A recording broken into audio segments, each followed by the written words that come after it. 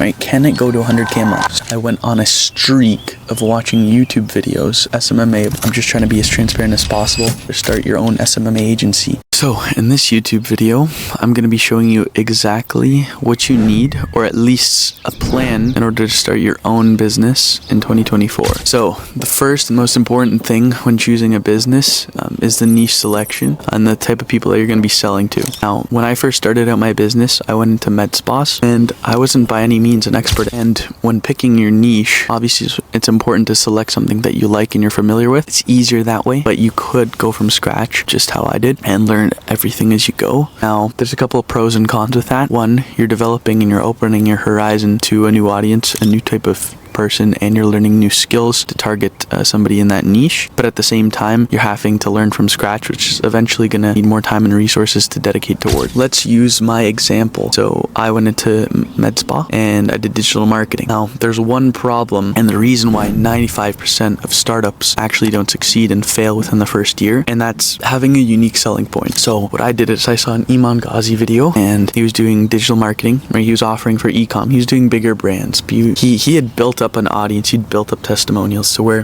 he could target whatever he wanted, whoever he wanted, and just because he had an audience, just because he had previous clients, he could do it, and he had a team dedicated to doing it. When I started off, not only did I have no experience in running ads, speaking, closing, or any business experience at all, but I couldn't fulfill. So my first couple clients that I had onboarded, having a professional experience in the onboarding process and signing them up, but I didn't fulfill for them, I didn't bring them clients, I actually wasted their money. But what that did in return is, since I played and I was playing with their ad spend, I developed the skill of marketing, of running ads. And what I was doing was the same thing as hundreds, if not thousands, of other digital marketing companies, which was targeting med spas, bringing guaranteed appointments. Now, there's two issues with that. Everyone's offering the same thing, and it's very, very hard to fulfill, for a guaranteed appointment offer, or you don't pay, right? That was my offer, 20 guaranteed clients, or you don't pay. Now, that did one of three things. So, it wasn't fulfilling, so I wasn't getting the guarantees, it wasn't getting paid. Number two, the clients I were targeting were so low quality, and they weren't developed enough that it didn't even matter if I knew how to fulfill. They wouldn't be able to retain those clients, and they didn't know how to upsell, and there was a lot of other parts of the business that weren't succeeding. So even if I had brought them appointments and they had paid me, they wouldn't have seen a return on investment with the clients I was bringing.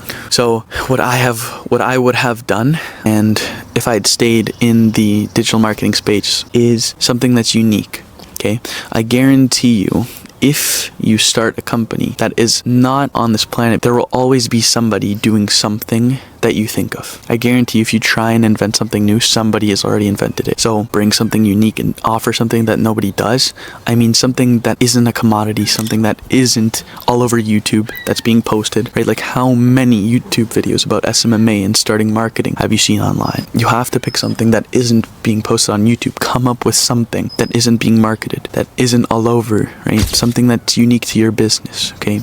So now that we're done, that first section is that niche selection, it's that unique offer. So for example, if you're going to offer digital marketing, on top of that, do content creation, do manage and see what the issue is, the real structure and the problem with the niche that you're targeting. So like client retention, right? If they're having an issue with client retention, then maybe do some research into looking into a software engineer that could develop an app for their clients to have like a membership, right? So that way they can retain their clients, they can keep them coming in. That way, when you bring in those clients from the ads, even if it's not 20 every month, you're bringing in those 10 stay for life, right? They'll see a return on investment. Even if you're fulfilling in another, they can still see a return on investment. Also, if you're offering multiple things that other people aren't offering, and they can see that there's a return on investment, you're going to get those referrals, right? They're going to say, okay, I got this guy, he did marketing for me and he did okay, but I have this other guy who's doing marketing content, developed an app for my clients, and he didn't do very well with the app, but all my clients are loving this app and they're loving the membership, and I'm getting so much revenue, right? You're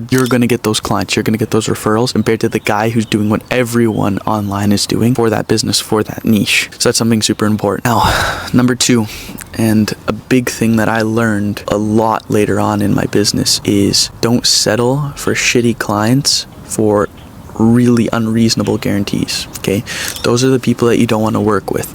I promise you, when I started charging higher prices, like high ticket, 9+K per client, they didn't care as much. They didn't ask any questions. They said, okay, send me the payment, let's get it done.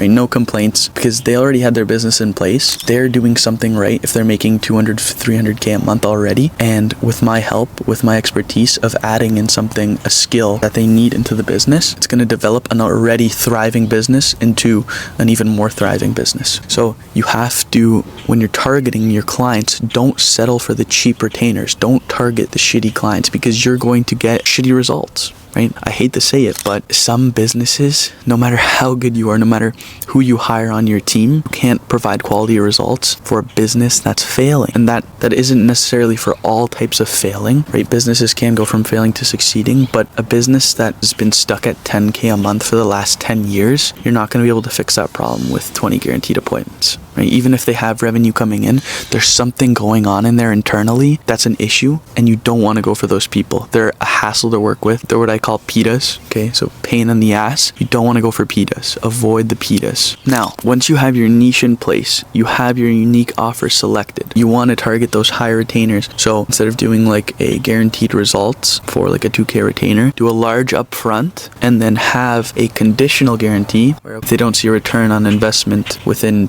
2-3 months of using your service, then they get 50% back. But to qualify for that guarantee, they have to go through a number of different qualifications, right? They have to listen to everything that you recommended, apply all the changes that you state for the business. You have to make it realistic. And I'm telling you, by upping that offer, you're going to boost your credibility, just because the more money they pay you, the more money you have to spend on a team that can fulfill for them. And by charging upfront, it makes sense. If you're charging after, you're either having to take on the solo and have to do 10 different skill sets at once, which I promise you, don't do it. It's a pain in the ass. Don't be greedy when you're starting a business.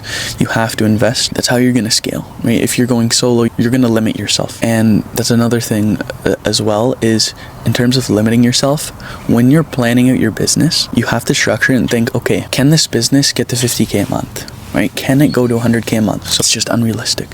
So when you're starting a business, you have to think, okay, can I hit 50K with this business? Realistic. I know people that are doing it, but you have to think, okay, with my skill sets, can I now? With my capital, can I now? No. That's a big thing that you have to keep in mind. And I thought of, as soon as I started my new business where I was charging 9-10K per client, I was like, fuck. So I had to work for 5 med spas instead of this one client. Now, with all this set aside, you need to set out a plan, okay? So the biggest thing that I did in terms of my planning out, my first 2 to 3 months before starting SMMA, I went on a streak of watching YouTube videos about Iman Ghazi, about SMMA, about starting your agency, Arturo, Thomas Gannett, all of them. And I was like, mind fucking. I was thinking, oh my gosh, I'm going to start an agency, I'm going to do all this. But in reality, all these people, including me, preparing you and teaching you how to start your own SMMA agency, can only teach you from their experience. In order to actually learn how to run an SMA business, you have to run an SMMA business. Each experience is different. Each person is going to have a different problem. Each client you onboard is going to have a new problem. You're going to have a new problem for them. Or maybe you're not going to have any problems, right? I had a new problem every time I onboarded. Maybe you're going to have a different experience. So I think the biggest thing to take away from this is set a plan and do it. Start it, okay? Even if it's not a complete plan, I promise you the experience of actually attempting, of actually doing it, is going to be a bigger learning curve than watching a year of SMMA videos on YouTube. Okay, mind fucking. This is, what my channel is going to be about, being transparent, trying to help people from my experience and then also my journey. And if you want to learn how, drop a like, subscribe, set a goal in the comments. Going to be tracking my journey. I'm going to be talking in more depth. Thanks for watching. Take care.